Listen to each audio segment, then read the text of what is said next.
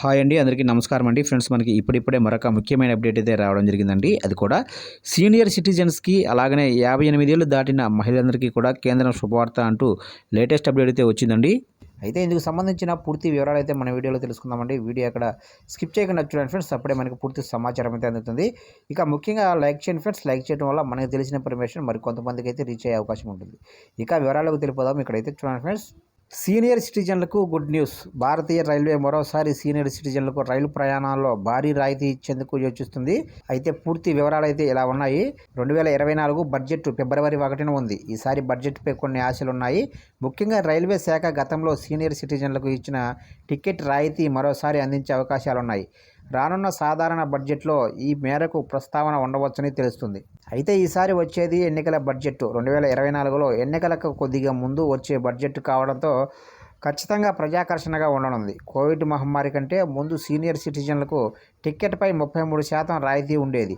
అయితే కోవిడ్ మహమ్మారి సమయంలో అన్ని రకాల రాయితీలను రైల్వే శాఖ తొలగించింది. కరోనా నుంచి కోలుకొని సాధారణ పరిస్థితులు నెలకొన్న ఆ రాయితీని మాత్రం కేంద్ర ప్రభుత్వం ఇంకా కొనసాగించలేదు. ఇప్పుడు రానున్న బడ్జెట్లో సీనియర్ సిటిజన్ల టిక్కెట్ల రాయితీపై నిర్ణయం తీసుకోవచ్చని సమాచారం.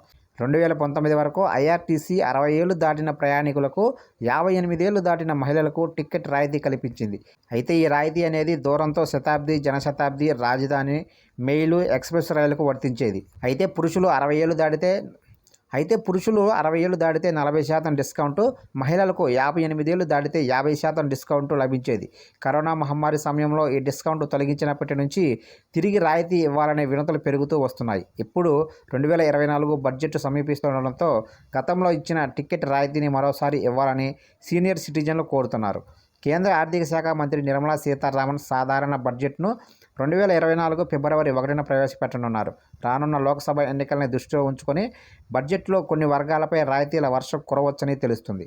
కేంద్ర మంత్రి నిర్మలా సీతారామన్ కీలక ప్రకటనలు చేయవచ్చని అంచనా ఉంది. సీనియర్ సిటిజన్లకు గతంలో ఇచ్చిన టికెట్ రాయితీలను తిరిగి పునరుద్ధరించే అవకాశాలు కనిపిస్తున్నాయి.